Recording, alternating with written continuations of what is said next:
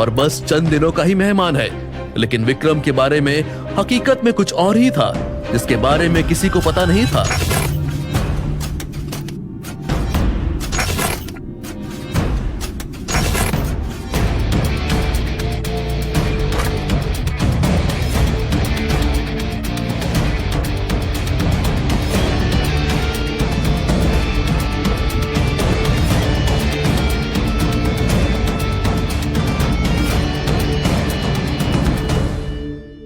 आरोही को समझ आ गया था कि उसके पिता ने अपने फायदे के लिए उसका सौदा करने का फैसला कर लिया है। उसे यकीन नहीं हो रहा था कि ये वही बाप है जो उसके पैदा होने पर खुशी से झूम उठा था। आरोही, उसकी मां और महेश्वर एक छोटा और खुशहाल सा परिवार थे। लेकिन लगभग 14 साल पहले महेश्वर सुधा से मिला और प्यार में पड़ गया। उसी प्यार का नतीजा अनन्या थी। आरोही की सगी मां वो सदमा सह नहीं पाई और उसने अपनी सुध खो दी। उसके बाद तो महेश्वर जैसे एक दूसरा आदमी बन चुका था। उसका सारा ध्यान, समय और प्यार सुधा और अनन्या का था। आरोही के लिए उसके पास थी तो बस नफरत, धुतकारी और पिटाई। महेश्वर आरोही के साथ ऐसा बर्ताव करता था जैसा कोई जानवरों के साथ भी ना करे। आरोही के लिए महेश्वर बहुत पहले ही मर चुका था, इसलिए वो उसके सामने कमजोर नहीं पड़ना चाहती थी। देख बेटा, तू हमें गलत समझ रही है। दरअसल रायजादा खानदान से विक्रम का रिश्ता अनन्या के लिए आया था, पर घर पे बड़ी बेटी जब कुंवारी बैठी हो तो छोटी बेटी का हाथ कैसे पीला कर सकते हैं। इसीलिए हमने तुम्हारा रिश्ता विक्रम के साथ तय कर दिया। और मुझे तो ये समझ में नहीं आ रहा है कि इसमें नाराज होने की क्या बात है, बल्कि तुम्हें तो खुश होना चाहिए। अरे, रायजादा खानदान की बहू बनने का सौभाग्य तो खुशकिस्मती से मिलता है। तुम्हारे तो भाग खुल गए। मैंने कहा ना, मैं ये शादी हरगिज नहीं करूंगी। इससे बेहतर रिश्ता तुझे नहीं मिलेगा। आपको क्या लगता है मैं कुछ समझती नहीं हूँ? अरे, आप लोगों को रायजादा परिवार के तलवे चाटने का मौका चाहिए, लेकिन अपनी लाडली अनन्या की जिंदगी बर्बाद नहीं करना चाहते, तो मुझे बलि का बकरा बना दिया। अगर ये रिश्ता लाखों में एक है तो करा दीजिए अनन्या की उस बदसूरत विक्रम से शादी। क्योंकि यही सच था। अनन्या के लिए रायजादा खानदान से रिश्ता आया था। ये सुनकर सुधा और महेश्वर दोनों की खुशी का ठिकाना नहीं था। वो दोनों ही रायजादा खानदान से जुड़ना चाहते थे, लेकिन विक्रम जैसे अपाहिज और कुरूप इंसान के साथ अपनी बेटी अनन्या का रिश्ता नहीं जोड़ना चाहते थे। हालांकि उन्हें भी ये पता था कि रायजादा खानदान का समधी बनना मतलब लॉटरी हाथ लग जाने जैसा था, इसलिए वो लोग ये रिश्ता हाथ से जाने नहीं देना चाहते थे। तभी सुधा के शैतानी दिमाग में एक आइडिया आया और उसने अनन्या की जगह आरोही के रिश्ते का प्रस्ताव रख दिया। देख बेटा, हम तो बस इतना चाहते हैं कि तेरा रिश्ता रायजादा खानदान में हो जाए, ताकि आगे की जिंदगी तुम्हारी अच्छी हो। प्लीज, आपको मेरी कितनी फिक्र है मुझे पता है। सो प्लीज ये नाटक बंद कीजिए। और मैंने कह दिया ना, मैं ये शादी नहीं करूंगी। That's it। और अगर तुझे अपनी सगी माँ से मिलने का मौका मिले तब भी ये शादी नहीं करेगी? सुधा के पास अपने तुरूप के इक्के का इस्तेमाल करने के अलावा अब कोई चारा नहीं था। उसने आगे कहा, मैं और तुम्हारे पापा जानते हैं कि इस वक्त तुम्हारी माँ कहाँ है। ये सुनकर आरोही स्तब्ध हो गई। उसकी सख्ती जैसे बेबसी में बदल गई।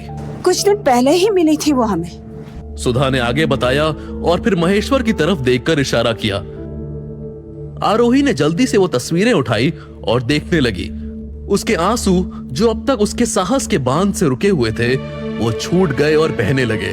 उन तस्वीरों में वाकई में आरोही की सगी मां ही थी, जो किसी जगह पर बैठी हुई थी। सालों पहले अपनी सुध खोने के बाद आरोही की मां एक पागल खाने में रहने लगी थी।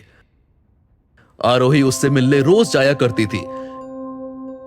ये एक तरीका था जिससे वो अपनी मां के पास रह सकती थी।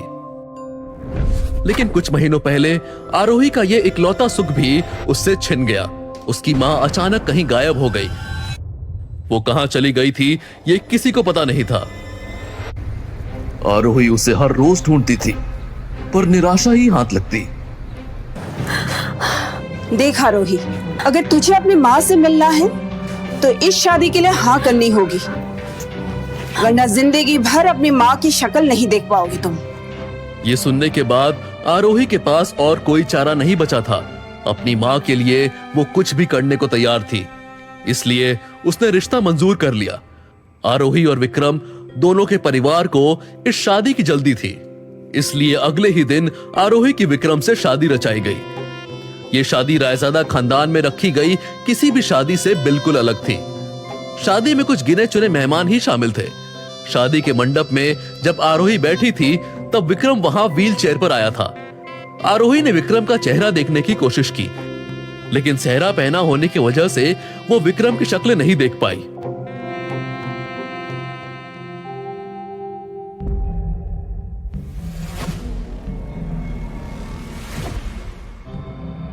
वहां क्यों खड़ी हो?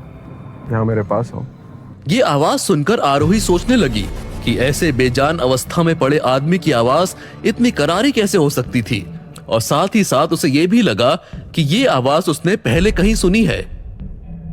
आरोही के नजदीक आते ही विक्रम को एक खास तरह की खुशबू महसूस हुई। इस खुशबू से विक्रम को कुछ याद आने लगा।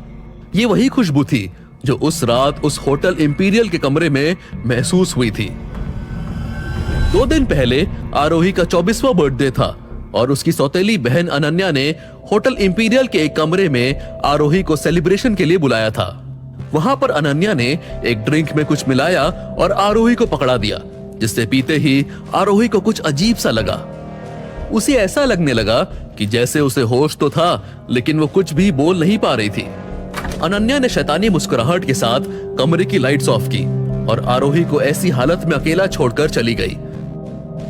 अब वहां पर पूरी तरह से अंधेरा छा गया था।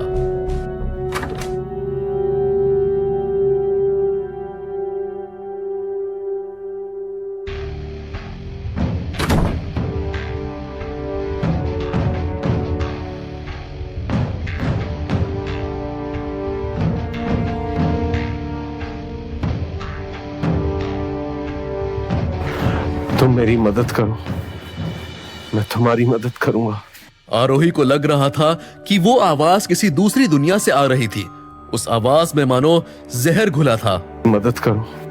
उस नशे की हालत में आरोही सोचने लगी कि वो किस मदद की बात कर रहा था। वो उस परछाई का चेहरा नहीं देख पा रही थी, पर उसकी पैनी आंखें साफ साफ दिख रही थी। इतने अंधेरे में भी उन आंखों में उसे रूखापन और गर्व साफ साफ दिखा। आरोही को यह समझने में ज्यादा वक्त नहीं लगा कि पिछली रात उसके साथ उसके जन्मदिन पर जबरदस्ती की गई थी। हालांकि आरोही को पता नहीं था कि उसके कमरे में जो आदमी आया था वो विक्रम ही था, और विक्रम को भी नहीं पता था कि उसकी जिससे मुलाकात हुई थी वो आरोही थी। उल्टा विक्रम को यह गलतफहमी थी कि उसकी अनन्या से मुलाकात हुई थी, और इसकी भी एक वजह थी। होटल इंपीरियल के कमरे में आरोही के बर्थडे की रात को आरोही को नशे वाला ड्रिंक पिलाने के बाद अनन्या को लगा कि अब उसका प्लान कामयाब होने में कोई प्रॉब्लम नहीं आएगी, इसलिए वो आरोही को होटल में बेहोशी की हालत में छोड़कर वहां से निकल गई थी। दरअसल उसने कुछ गुंडों को आरोही पर हमला करने भेजा था, लेकिन वो गुंडे गलती से किसी और होटल में पहुंच गए थे, और इस तरफ आरोही के कमरे में वो आदमी पहुंचा था जो अब आरोही का पति था, विक्रम रायजादा। अगली सुबह तक आरोही के बारे में कोई खबर नहीं आई तो अनन्या फिर एक बार होटल के उसी कमरे में पहुंची। वो उस अंगूठी की चमक से अपनी नजरें नहीं हटा पा रही थी। इसे बेचकर तो अच्छे खासे पैसे मिल जाएंगे। उसने अंगूठी को हाथ में पहना और वहां से निकलने के लिए जैसे ही मुड़ी कि होटल रूम के दरवाजे पर उसे एक आदमी खड़ा दिखा। तुम वही हो जिन्होंने हमारे मालिक की जान बचाई थी? ये अंगूठी हमारे मालिक विक्रम रायजादा की है। जी जी हमने ही बचाई थी। विक्रम रायजादा खानदान के एक लौते वारिस हैं। ये अंगूठी हमें दे दीजिए, हम पे भरोसा रखिए, तुम्हें बहुत बड़ा इनाम मिलेगा। अनन्या को अब जाकर समझ आया कि उसके सामने खड़ा आदमी विक्रम रायजादा का नौकर था। हालांकि इनाम के लालच में आकर अनन्या ने वो अंगूठी उस आदमी को दे दी। अनन्या को इनाम मिला भी, लेकिन पैसे के रूप में नहीं, बल्कि विक्रम रायजादा से शादी के प्रस्ताव के रूप में। लेकिन किस्मत को कुछ और ही मंजूर था। सुधा और महेश्वर की लालच की वजह से विक्रम की शादी उसी लड़की से हुई जिसके साथ असल में विक्रम की मुलाकात हुई थी। इसी वजह से आरोही को भी ऐसा लग रहा था जैसे विक्रम की आवाज उससे पहले भी सुनी है। अब जाकर आरोही ने विक्रम का चेहरा देखा और इसी के साथ उसकी आंखें फटी की फटी रह गई। आरोही को ऐसा लगा जैसे उसके पैरों तले से जमीन खिसक गई हो। ऐसा क्या देख लिया था आरोही ने? कैसे बचाई थी आरोही ने विक्रम की जान? क्या वाकई में सुधा और महेश्वर को आरोही की मां का ठिकाना पता था, या फिर उन लोगों ने सिर्फ आरोही की शादी करवाने के लिए झूठ कहा था? क्या अंजाम होगा इस जबरदस्ती की शादी का?